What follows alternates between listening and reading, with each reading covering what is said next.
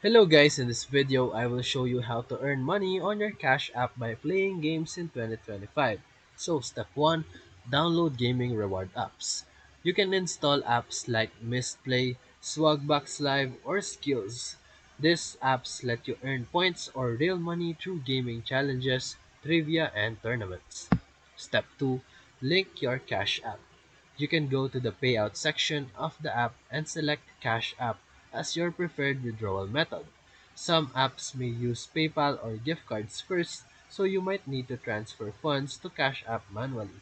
Step 3, complete tasks and earn points. You can play games regularly, complete levels, or watch ads to accumulate rewards. Each app has different earning methods, so focus on high-paying tasks. Step 4, cash out to your Cash App.